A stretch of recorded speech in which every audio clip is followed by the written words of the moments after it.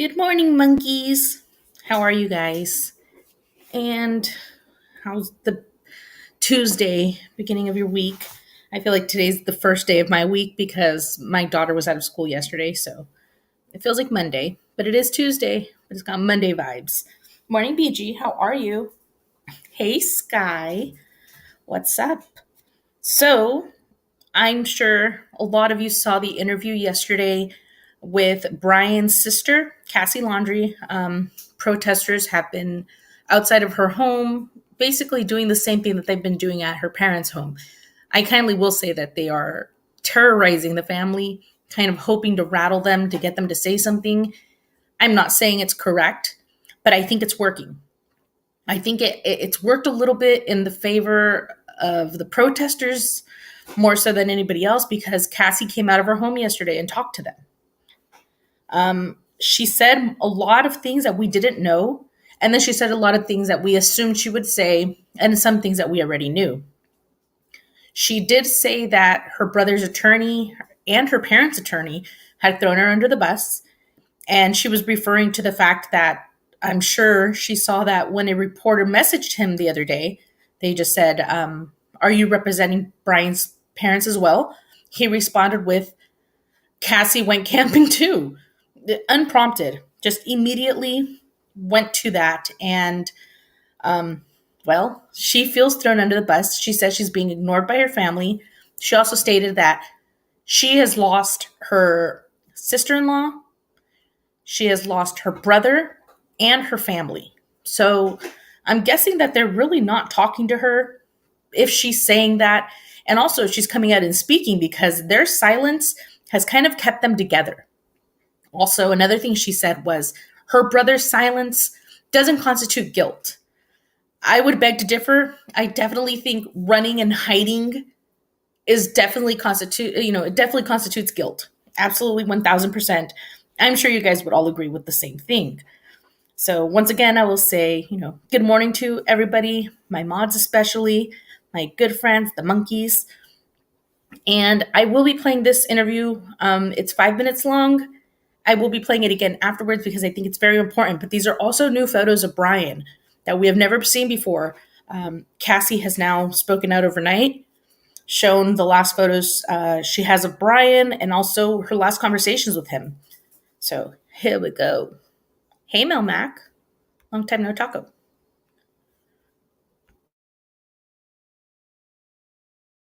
Exclusive interview with Brian Laundrie's sister, who's speaking out as police hunt for her brother. And this morning, a new message from Gabby Petito's family as well. ABC Victor Okendo is in Miami Beach, Florida with the very latest. Good morning, Victor.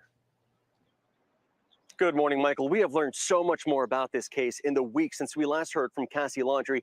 It turns out she was also on that family camping trip that Brian took with his parents after he returned home without Gabby Petito.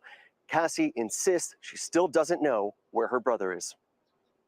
No, I do not know where Brian is. I'd turn him in. Overnight, Cassie Laundrie attempting to set the record straight, speaking out for the first time since Gabby Petito's body was found and her brother Brian was reported missing.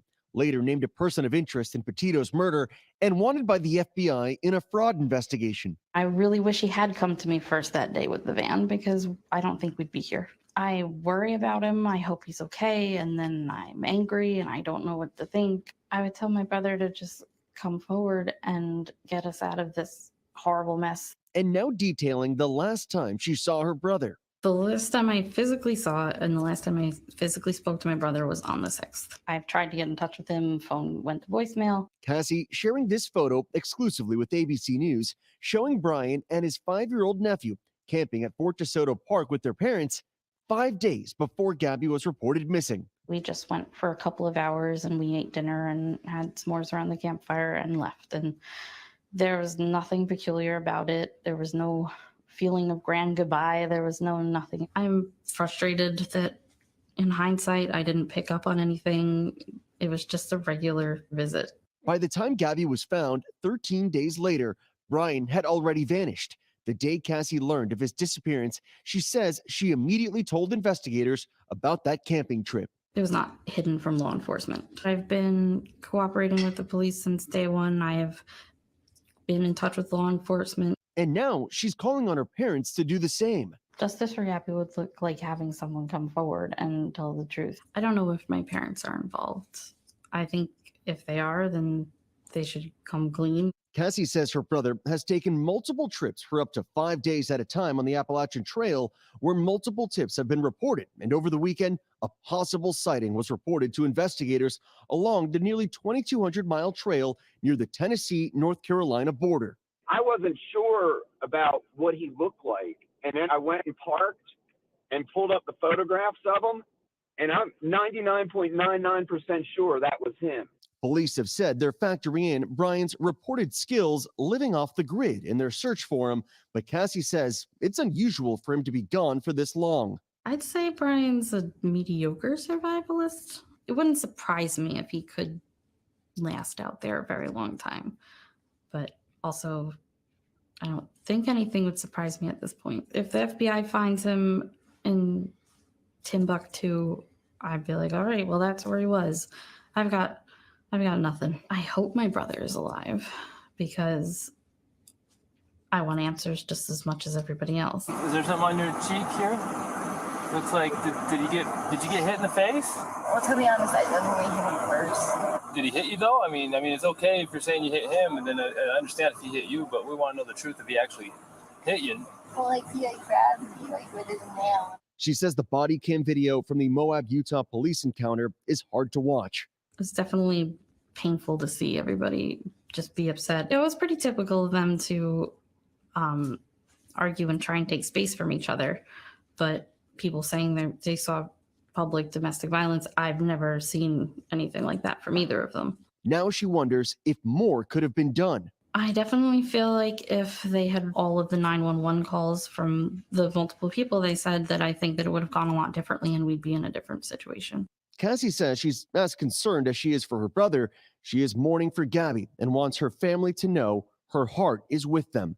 I've been cooperating so that everyone gets answers. They deserve answers. Gabby's parents sending a message to Brian on the Dr. Phil show. If you truly loved her, you should turn yourself in. The Laundrie family attorney released a statement saying in part that Brian's parents don't know where he is, and the speculation by the public and some in the press that the parents assisted Brian in leaving the family home or in avoiding arrest is just wrong.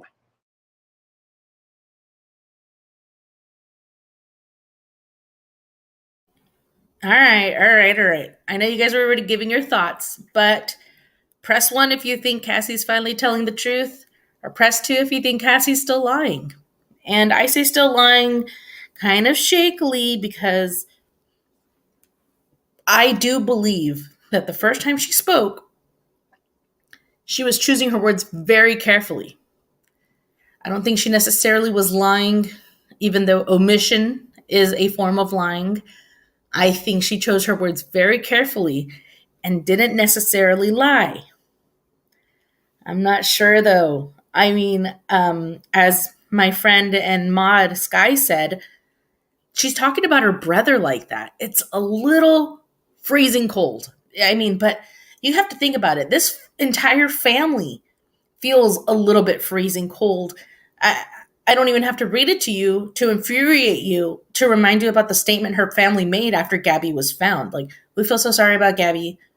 Like just what somebody who didn't know would say.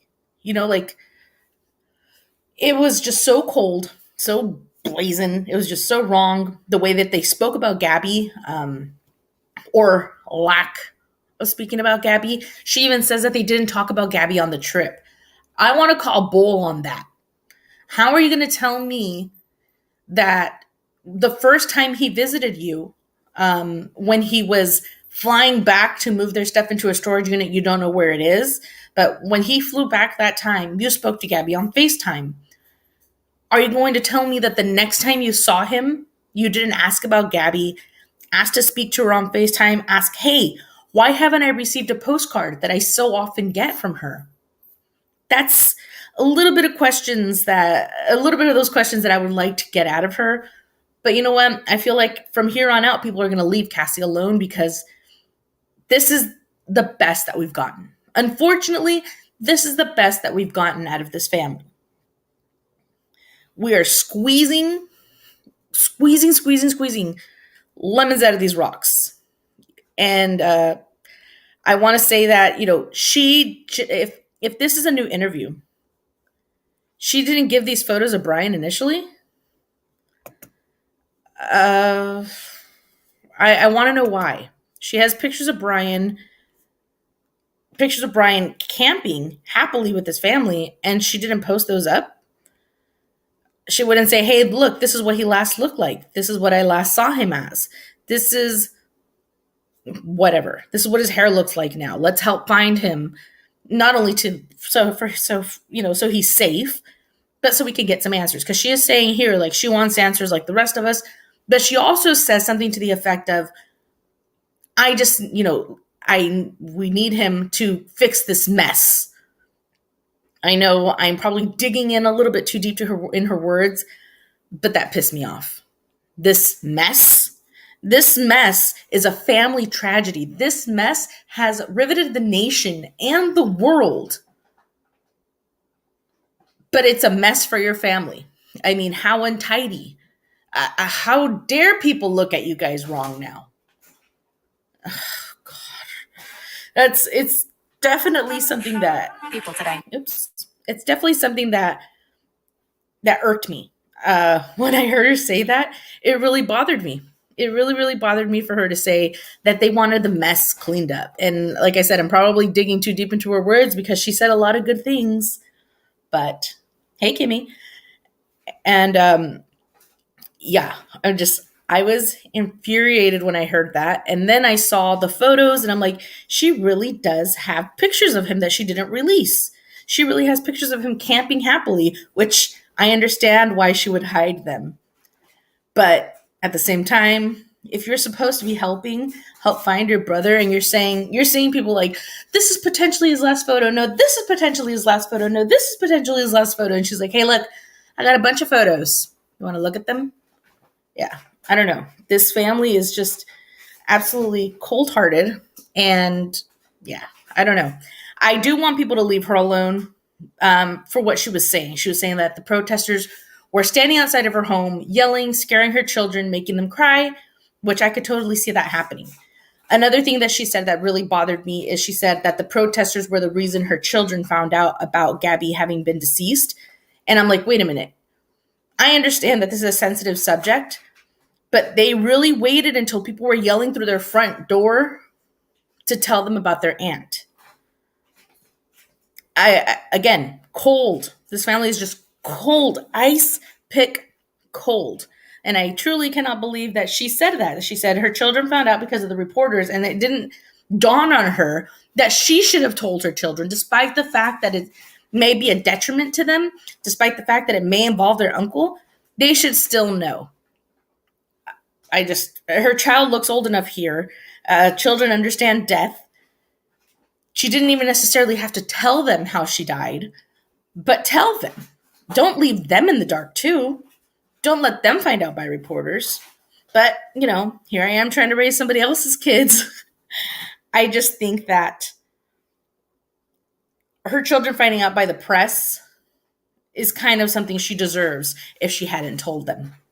And her coming out of her home yesterday to speak to the press is definitely something she deserves for having omitted what she omitted in the beginning. And the reason she came out is because she feels guilt. And should she feel guilt? Absolutely. Because she had these photos of her brother. She had this information. I know she's watching social media. I know she's on the Facebook groups. Or at least has people sending her photos. How long have we been asking, did Brian actually fly home? Was Brian flying home? ABC, CBS, Daily Mail, everybody wanted to know these little facts, and she had them the entire time. And their only response was, I didn't know the dad paid for the plane ticket. That was like their shocker. Like, I had no idea dad paid for the plane ticket, but you knew he flew home. Why didn't you tell us that? Why wouldn't you let people know who've been trying to put all of the pieces together to... I apologize if you can hear my cat playing with water bottles right now. Let me stop her real fast. Hey, you... But yeah, so I don't know. I think that Roberta and her husband gardening, Roberta and her husband taking trips to the libraries in Orlando, Roberta and her husband getting an attorney just shows me what kind of a person Brian is. Just a little bit. It gives me a little bit of an insight of how their brain works during stress times. How they react to things is definitely an indication of how their son would react to things. And I mean, look how their son reacted to his girlfriend dying. He drove cross country in her car and left her there. That's not even an alleged anymore. We definitely know that Brian left Gabby in Wyoming after she passed, used her debit cards, and drove back to Florida. Basically robbed his dead girlfriend. And this is how this family is reacting. I feel bad for Cassie because it's definitely not her. This definitely wasn't her story. But she could have helped. She held it all in because they want to save face. Why do you want to save face so hard? Is that how your parents raised you?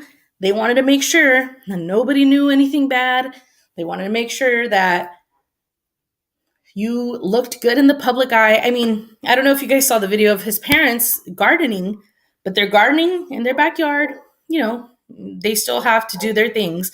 But as soon as they saw a drone, point up at the drone, turn around and walk inside. Why? Because they care. They care how they look. Why do they care how they look? I mean, it's only safe to assume that they care how they look because they know they look bad and they don't like it. I'm absolutely disgusted in his family. His sister, I'm feeling better. The fact that she's coming out, talking, I'm feeling a little bit better. But at the same time, I wish she would have said all this stuff from the beginning. What's the point in holding it back? This family is in agony. This family is so sad. Their daughter has been stolen from them, ripped from them. Imagine having raised your daughter for 22 years, only for somebody to leave her in the middle of nowhere, out in the open, and then almost deny the fact that you even know her by driving cross country, getting an attorney, and then disappearing. I cannot, Brian. I cannot. And I know that his family raised him this way because this is how his sister's acting too. Instead of worrying about trying to get justice for Gabby, somebody that she said would be her future sister-in-law, somebody that was her kid's aunt, who she calls her kid's aunt, instead of trying to get justice for Gabby, she is still wrapped up in what her family thinks. My family is ignoring me. My family's attorney threw me under the bus. Homegirl, there should be no bus. This should be a wide open space where there is justice, the truth, and what needs to be done. No freaking bus. You guys put yourself under the proverbial bus by hiding Brian, by keeping these photos out of the public, by keeping these stories out of the public. Absolutely disgusting. I want to know what you guys thought about that. I already asked you guys that. You probably already wrote it. But I want to know, do you think Cassie's still lying? Do you think she was ever lying? And do you think that she's going to come out with more? Or do you think this is it? The fact that she hasn't retained her own attorney lets me know that she's not necessarily hiding anything like her parents are. But at the same time, I just feel like she may have just been a little bit removed and she knows enough, but she doesn't know enough to have retained an attorney. But with that being said, her parents didn't even have to retain an attorney. They just didn't know the law. They did it because they know something. They took their son camping after he came home. They didn't ask him, where's your girlfriend? And now we know that he flew back. What did he tell his parents when he flew back? And I hate to compare this to Chris Watts. I really do. But I know a lot of you in here follow the Chris Watts case. Does this not remind you of when he went to go visit his parents and somehow or another they came up with some idea that Shanann was hurting him and kind of put it in his head that he needs to be careful, and he went back with a whole nother idea to his relationship, and then she wound up dead and his family is on his side? That totally reminds me of that North Carolina trip. It brings it up to like it almost makes me like tingly just thinking about it. Like I almost want to cry thinking that they coddled him. Like, oh my gosh, she slapped you? Oh my goodness, you guys were fighting? Brian, you must move her stuff out of your house. Brian, you must put her stuff in a storage unit. Brian, you must not be with this woman that triggers you to the point where you hit her. I could just hear it. And this is all speculation, 100% speculation. But their actions of coddling their son just show me, like magic ball kind of thing. Like they just show me that this is what's going on in this family. They cover up the son with their thumb, not necessarily Brian, the son, the actual yellow son. They cover up the son with their thumb and they pretend like that's the answer. They get an attorney, they shut the hell up, and they help their son escape. They even went as far as to get him a freaking cell phone. Whatever happened to his old cell phone? We don't question Brian. We won't ask Brian any questions. Did you guys buy him a knapsack? You guys get him hand warmers too? Like, what else did you buy him? What else did you help him escape with? Also, the thing about the reserve where they said that they left his car there even after they saw no, blah, blah, blah, blah, blah, blah, blah, blah. But now we know that the car was there. They were lying about that too. His parents are just liars. Why are they lying? Because they have something to cover up. They have something very big to cover up. The fact that their son killed their future daughter-in-law and then left her out in the open, drove cross country, and went camping. I don't mean to laugh. You guys know I laugh at the most inappropriate things. But can you imagine taking your son camping after he came home without his girlfriend? The audacity. Did you see the pictures? He's freaking smiling in the pictures. He is literally smiling with his nephews, posing for pictures. What a sociopath. That I could say, I normally wouldn't call somebody a sociopath, but that right there is sick. He is literally posing for pictures with his nephews as if nothing ever happened. As if his girlfriend isn't just out in the middle of the Grand Teton National Park. As if he didn't just drive her car home. Now, one thing I did mention yesterday when I played Cassie's interview is, I can pull up the pics again. One thing that I did say after Cassie's interview yesterday was that I wanted to know, what was it? I already forgot. I'm gonna pull up the pictures and then maybe I'll remember.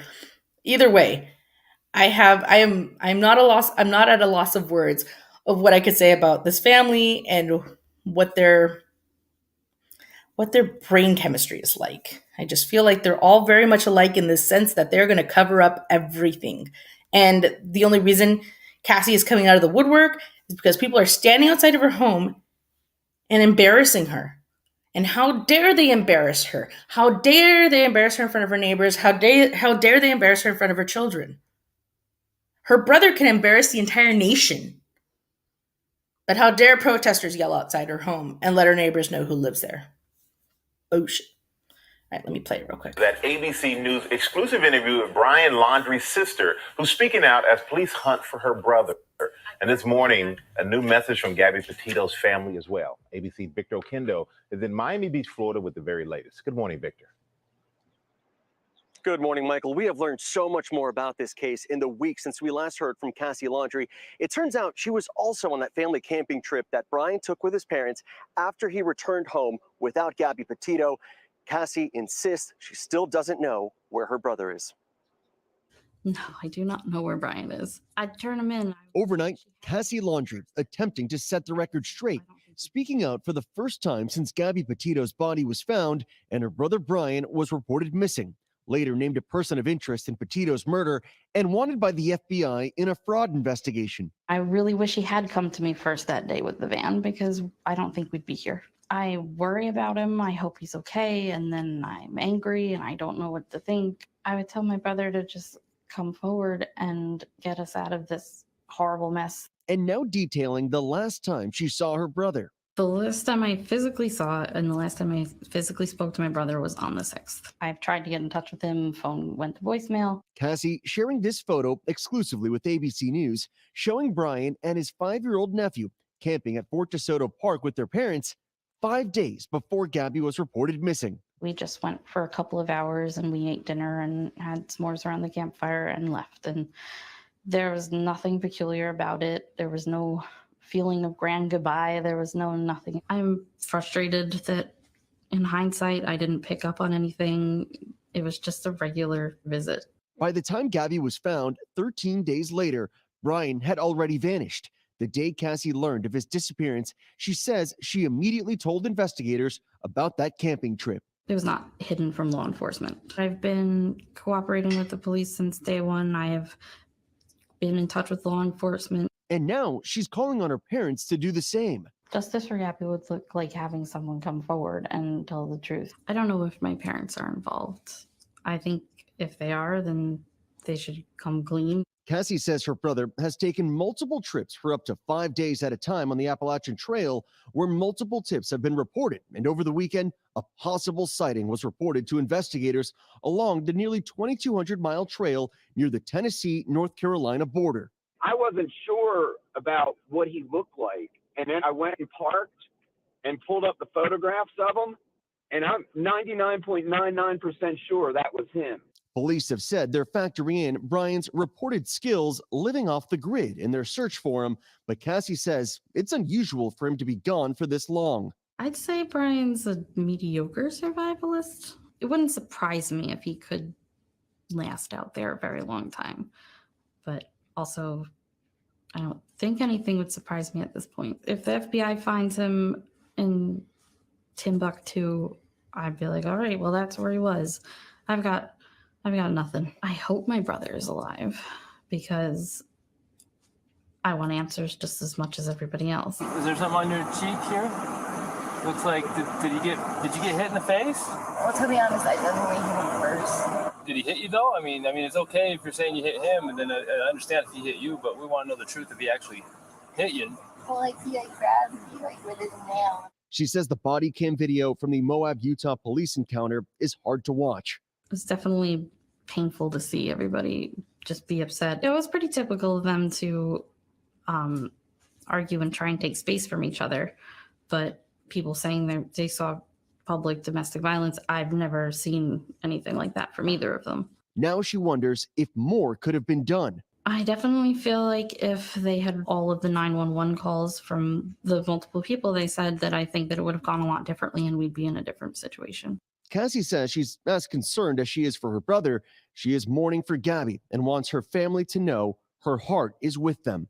I've been cooperating so that everyone gets answers. They deserve answers. Gabby's parents sending a message to Brian on the Dr. Phil show. If you truly loved her, you should turn yourself in. The Laundrie family attorney released a statement saying in part that Brian's parents don't know where he is, and the speculation by the public and some in the press that the parents assisted Brian in leaving the family home or in avoiding arrest is just wrong.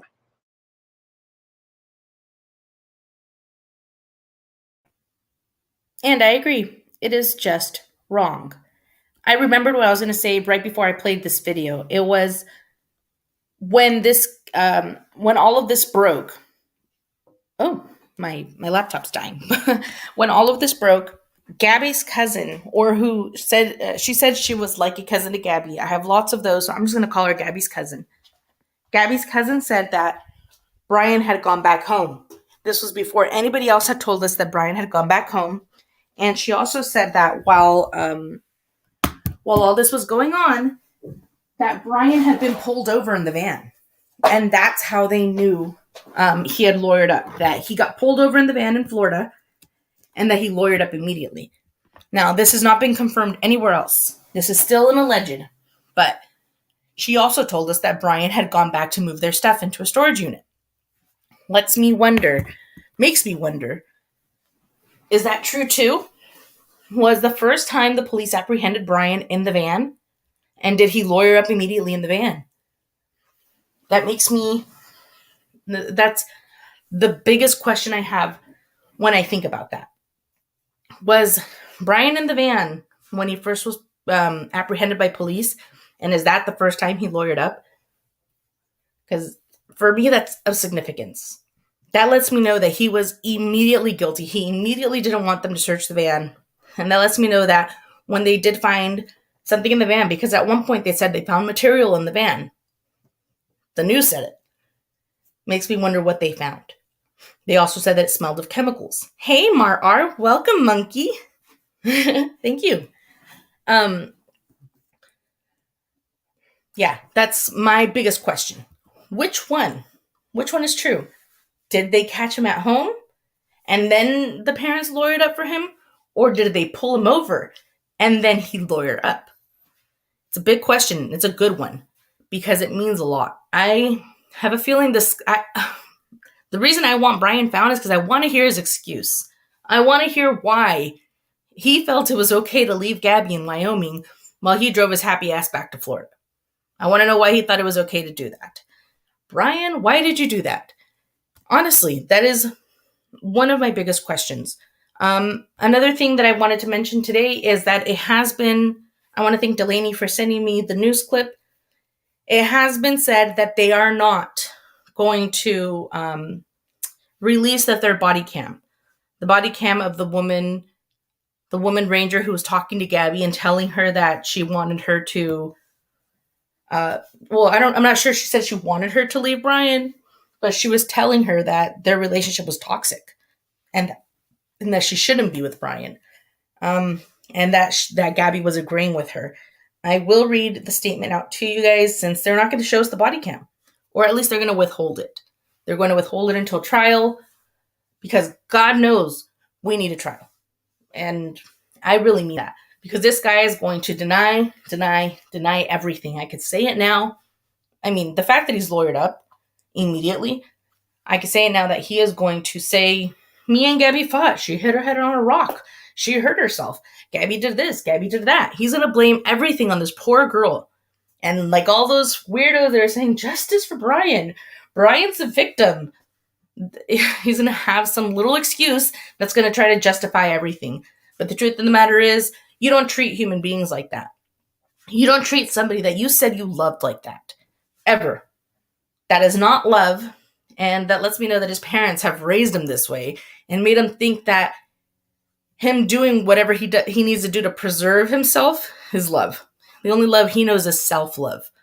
I mean, just the way he was acting towards Gabby in that police interaction lets us know everything that we need to know about how he really felt about her. She's crazy. I just slapped the shit out of her, but they don't know this, so she's crazy. I'm going to let her take the blame for it because she's crazy. Asshole. So I do have one thing that I'm going to pull up while I do pull up the cop thing. Let's see. Yeah, self-preservation. Exactly. So I haven't uploaded this. Hey everybody, what's up? I'm really sorry for all... Yeah, this was apologizing yesterday for having a whole bunch of clips because they were only releasing it in clips. But they eventually released all of it. So let me see. All right. This is about the Appalachian Trail thing. FBI, and that he actually plans to meet with the FBI either tomorrow or on Wednesday. Brian, are they still searching the reserve? What's the status of that tonight? So the reserve search. And all this happening, Brian, as the search for Brian Laundrie continues. I want to talk to you about your report today. You were in the middle of putting a piece together for tonight about a possible sighting in the Appalachian Trail. What can you tell us about where the search stands tonight and what we've learned? So still no confirmed sightings of Brian Laundrie tonight, Marnie, but what we have been looking into is this report from a hiker along the Appalachian Trail right on the border of Tennessee and North Carolina. He says that he was hiking over the weekend, early Saturday morning, when he says he saw someone who he believes is Brian Laundrie in a white pickup truck. He says he's been following the case. He knows what Brian Laundrie looks like. I talked to this guy. He's an engineer. He says he's detail-oriented. He says he is 99% sure that he saw Brian Laundrie. I spoke with him on the phone. His name's Dennis. This is what he told me.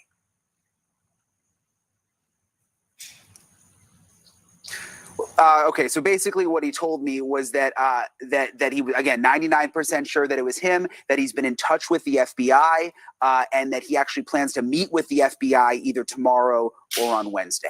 Brian, are they still searching the reserve? What's the status of that tonight? So the reserve search is ongoing. The swamp, which is just a couple of miles from where we are, but it's scaled down massively. Today, we had a chopper up looking from the sky because that's really the only way to keep an eye on things there. And there was one airboat we spotted with a canine and a search crew on the airboat. So not as big a search as we saw last week when there were literally hundreds of people out there searching. How about the scene outside the parents tonight and throughout the day? Has that changed? It's been quiet out here. They haven't come out all day long. They got one package delivery. The dad went to the screen door and quickly took it in, but they haven't been out of their house in days. And all I can wonder right now is what they must be thinking now that their daughter Cassie has come out and basically, just spilled all these details about obviously stuff that they didn't want out. Another new twist. Surely they've got a lot of things to think about inside that house tonight. Brian Enton, thank you for bearing with us as we walked through that video. This is not the last. We're going to be playing it and you're going to be hearing it. And as always, thanks for your reporting. We'll be checking back in with you shortly. Brian Enton. All right, so I was pulling that up just because that is the newest sighting of Brian that I want to say I want to believe. But at the same time, I think that them searching in the Carlton Reserve is for something. I have said a few times that I think they saw him on a trail cam, and that's why they're focusing all their efforts there. People are saying they're just looking for a weapon out there, but I don't think they need infrared lights to look for a weapon. Jennifer Johnson says, yes, this is true. I heard another channel that was discussing this. They said it was debunked. I don't know. I hope that is true, though. Yeah, Jennifer Johnson, this is from last night, and then the newest one that I just played, the ABC interview, was from this morning. So I'm not sure if it has been debunked yet. I will check. I will check nonstop like I have been.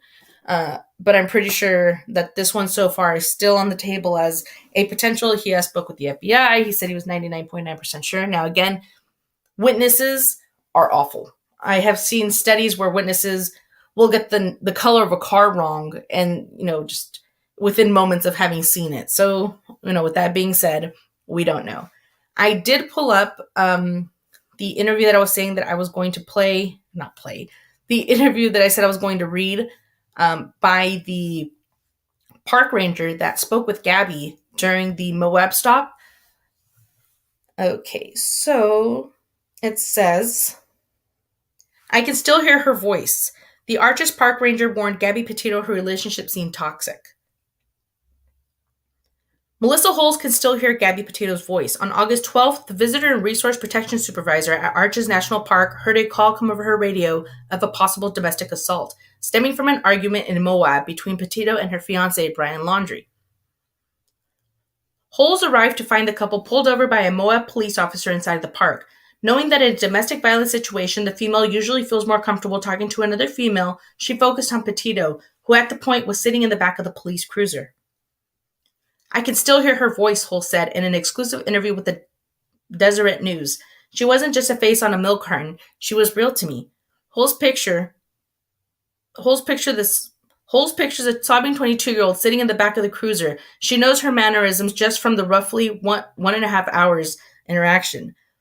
I was probably more candid with her than I should have been, Holes recalls, warning Petito that her and Laundrie's relationship had the markings of a toxic one. I was imploring with her to reevaluate the situation or relationship, asking her if she was happy in this relationship with him, and basically saying this was an opportunity for her to find another path, to make a change in life. She had a lot of anxiety about being away from him. I honestly thought if anything she was going to change, it would be after they got home to Florida. In the end, Petito stayed with Laundrie. This wasn't a good day for anybody. We thought we were making the right decision when we left them. And on Sunday, when she heard the news that the FBI recovered a body in Wyoming, consistent with the description of Gabby Petito, the law enforcement ranger of 17 years told her to head back and let out a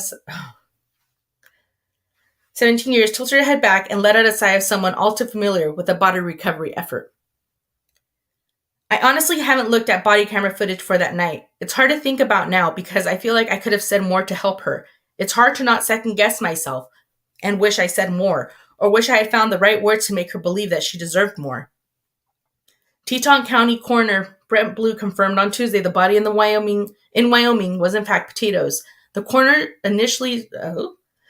initial determination for manner of death is homicide, though official cause of death remains undetermined, pending final autopsy results.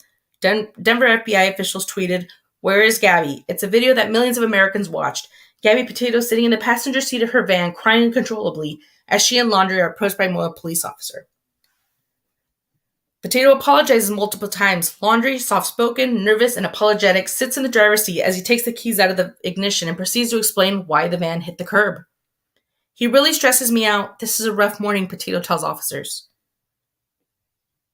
I don't know. It's just some days I have really bad OCD, and I was just cleaning and straightening up, and I was apologizing to him," she said as the officer walks her away from the van, sitting her down on the curb before helping her into the air-conditioned cruiser. "I'm sorry that I'm so mean," Petito then details a fight between her and Laundrie earlier in the afternoon, where she says her fiancé tried to lock her out of the car, telling her she needed to calm down.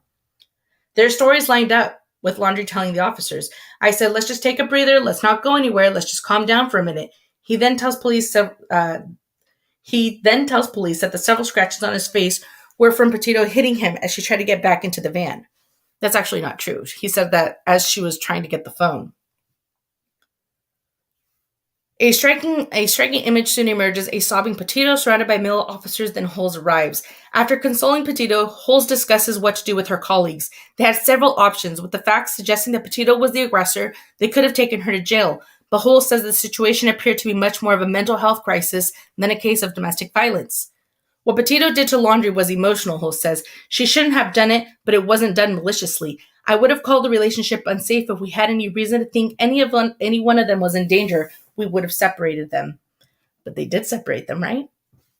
On Monday, audio of the 911 call was released, giving the insight into what led up to Hull's interaction with Petito. A gentleman was slapping the girl, the caller tells dispatcher. They ran up and down the sidewalk. He proceeded to hit her, hopped in the car, then drove off. Why that information was not relayed is unclear. Moab police did not respond to a request to comment. Holmes detailed the complex and difficult and often scrutinized relationship between law enforcement and domestic violence situations. Sometimes the choice is clear, knowing the victim is in imminent danger and can make the responder officer's job easy, but it's not always so black and white. Sometimes you get evidence and they don't own up to it, and they're just lying to your face and it's unsafe. You know that something more is going on if you let them go home together. Of course. That's a much easier decision to make an arrest. With this one, I just don't think she understood how big of a deal this was. So they separated the couple. Petito took the van. Laundrie was taken to a hotel. And a few days later, they were on the road, headed back to Salt Lake City. Their social media presence resumed, showing every indication of a happy couple in love, living in coveted van life. They stopped in Ogden, where Petito is pictured in front of a butterfly mural, the last thing posted on her Instagram. A few days later, Petito texted her mom before they reportedly went camping in Wyoming. It was the last time they heard from their daughter. A week later, she was reported missing. On Sunday, the story took a heartbreaking turn when investigators made the grim announcement from Grand Teton National Park. The case is still under investigation. What happened to Petito and the role Laundrie has played has yet to be announced. But according to thousands, maybe millions following this story, Laundrie is guilty. Where is Gabby? Became a rally cry repeated in ad nauseum in thousands of comments under Laundrie's still active Instagram account. When the news broke of the incident outside, Arches Moab quickly became a focal point. Screen grabs from the body camera footage with Utah's iconic red rocks in the background became the main image used by the national media. Even now, weeks after the incident, the case is still casually mentioned all over Moab. Spend a few days at a coffee shop, bar, even the National Arches, Visitor Center, and you're bound to overhear Petito's name. Sometimes they're expressing grief, sometimes they're speculating on what happened, and sometimes they're criticizing the response by the Moab police. Why was Petito treated as the aggressor? Why was Laundrie, who towered over his fiancée, treated like a victim? And why didn't they notice, as some have suggested, the signs of a controlling and manipulative relationship? Hindsight is 20/20, Hull said, of the criticism, noting that it's easy that when you can break down a video minute by minute and judge it versus being in the moment where we saw minor injuries and two people that were apologetic, it's not that we didn't think he was manipulative, but we have to worry about the safety and the psychology of it. She said, we have to go by facts that we were faced with at the time and not let our emotions drive with the decision. And while Holes doesn't fault the actions taken by her colleagues that day, she admits it can be hard to not fixate on what else she could have done or said to Petito.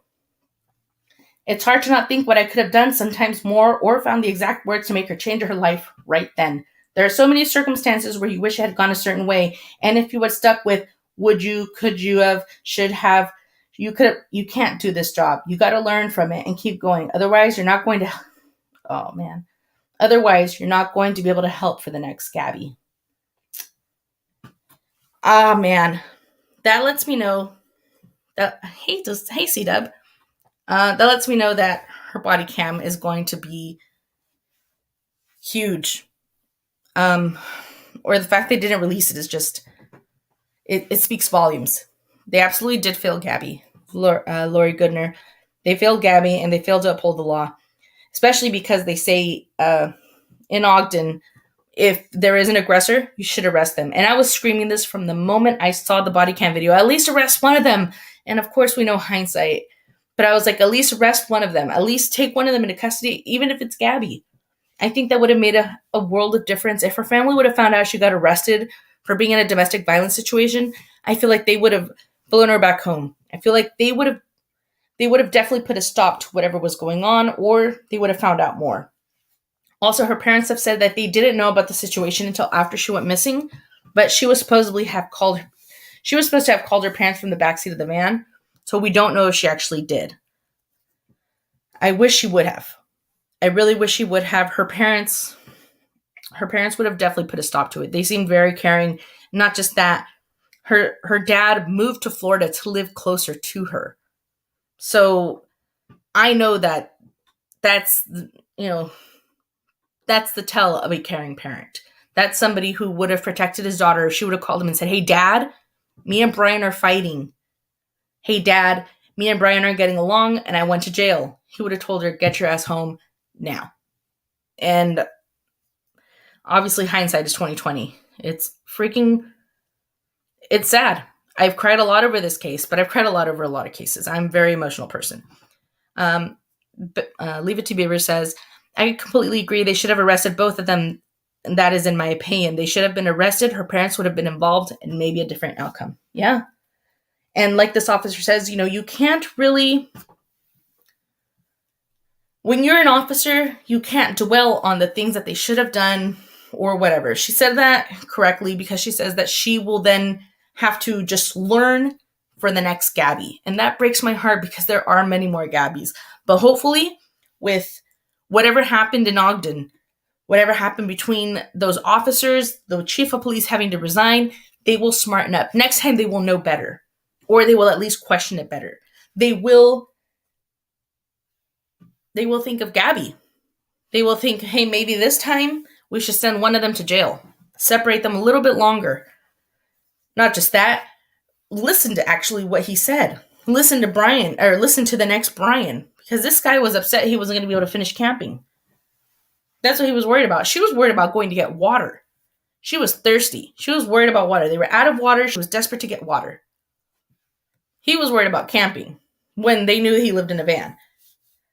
I'm just saying, they missed, there was 100 red flags and they missed them all, unfortunately, because now we are where we are, and now we have to speak up for Gabby. This is bullshit. I'm sorry. That female officer's body cam, is vital. It is vital. And the fact that we're not going to get to see it is sad, but at the same time, they're probably withholding it to keep us from even more heartbreak. Imagine having heard in Gabby's words, I did not see Dub. Imagine having heard in Gabby's words that she was going to leave Brian, or that she was thinking about it, or that it was probably a good move, because that's what she was telling the officer. I'm going to look up Brian Enton right now because I know it's on there. Hey, Delana, what's up? Let's see. C-Dub said, did I see the lawyer's new text regarding the 817 to 823? I did not. All right, so Brian Enton says, here are some of the detailed timelines that came out of the Cassie Laundrie video. August 17th, Cassie says Brian flew back to Florida without Gabby for a visit. She said she saw Brian and also FaceTimed with Gabby. September 1st, Cassie says her parents showed up to the house with Brian. She said they did not expect Brian to be there. They arrived in their Mustang. Cassie says on September 6th, Cassie says she went to Fort Desoto campground from 2 to 8 p.m. She says her mom, dad, and Brian were there. She says she did not know Gabby was missing, and they made s'mores. September 11th, Cassie says she was contacted by police and has been cooperating ever since. She says she has not spoken to her brother since. And then Brian Ensign says, I see your messages about... No.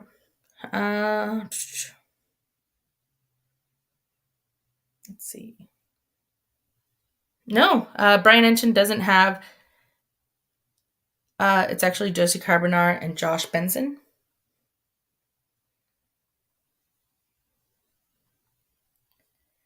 Josh Benson.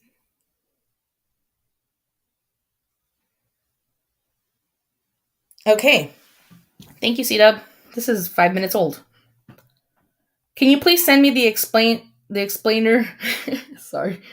It says, can you please send me the explainer about the flight Brian took? Thanks. I don't know what explainer means, but it gave me the laugh I needed. Brian flew home from, this is his attorney, Turtolino. Brian flew home from Tampa from SLC on 8/17 and returned to SLC on 8/23 to rejoin Gabby. To my knowledge, Brian and Gabby paid for the flights as they were sharing expenses. Brian flew home to obtain some items and empty and close the storage unit to save money as they contemplated extending the road trip. So instead of packing up their stuff and moving it into a storage unit as we believed, it sounds like they're saying he emptied a storage unit and took it back to his home. That's different. I will say that in the interview yesterday with Cassie, JLR says something to the effect of her family, wants her stuff. And she said, we don't know where her stuff is. The mom also said she didn't know where her stuff was. Where is Gabby's stuff? Is that what the FBI was taking out of the home? I really need to know. I really, really, really, really need to know. He had no money of his own. Exactly, Delaney. He was surviving off of Gabby. And now we know because when he drove home without her, he used her money. He stole from his dead girlfriend to drive back because he was a loser. And that's how I know his family's helping him right now, because he has no money of his own. He is definitely borrowing money from somebody for his little Appalachian Trail or his little reserve trip, his camping trips that he loves so much. This was my thoughts all along. Instead of paying for another couple months storage, they paid for a plane ticket. That makes no sense. Bodie Blue, that is a very good point. Very, very good point. There's nothing but good points in this case. I think we're all on the right track. I don't think there's many people out there that are really on this guy's side, except for maybe some of his stupid friends that are out there with the Justice for Brian crap. And I will call them stupid because I hate them. Hate them. I really do.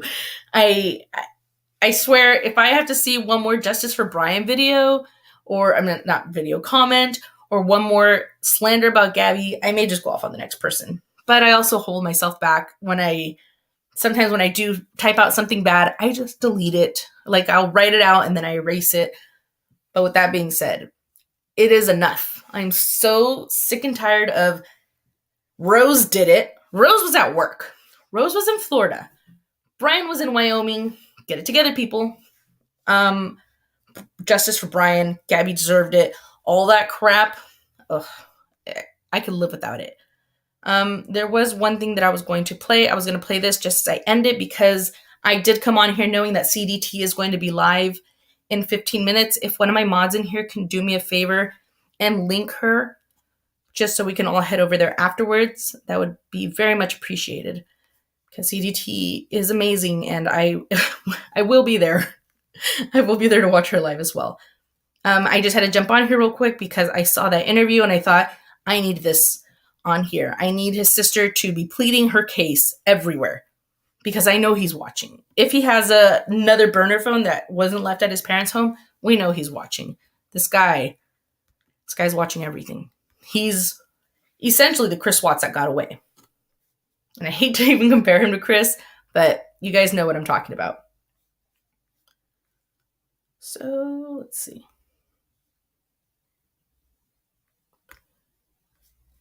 This is just a quick time, but this is just a quick video I made the other day with a whole bunch of drone footage from outside his parents' home. But at the very end, there's a song and an ending that I absolutely love. So here we go.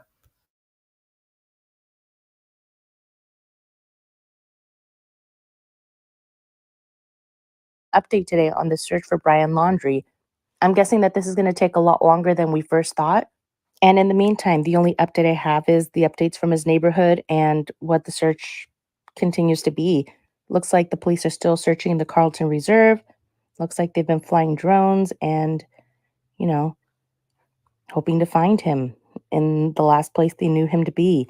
They're also saying they have intelligence that he was there, so that's why they're searching there precisely. Lee County Sheriff's Department has deployed a Dragonfish drone today. It's not the first time, but I guess that means that they still think he's there. That's what his parents said anyway. And meanwhile, they're gardening and just living their life while their son is missing. And even their neighbors have said they haven't seen them looking for their own son. It seems like they're still just preoccupied with how they look in the public. Sounds familiar. His parents, his sister, they're all living their life happily. Or at least in our eyes, they're not mourning Gabby the way we are, and especially not the way her family is. They're not acting like people who were destined to be her future family. They're not acting like that at all. In fact, I think we've all heard of the numerous calls to the police that they've made just over protesters, which I can understand they're disturbing the peace for everybody, but if they're locked up in their home, not feeling guilty of anything, they shouldn't have to be calling the cops. Also, if they weren't hiding their son, nobody would be protesting outside of their house, right? And please, don't tell me to leave them alone. There are literally wanted posters all over their neighborhood. And they're not even looking for their son. Make that make sense. They just get to move on as if this never happened.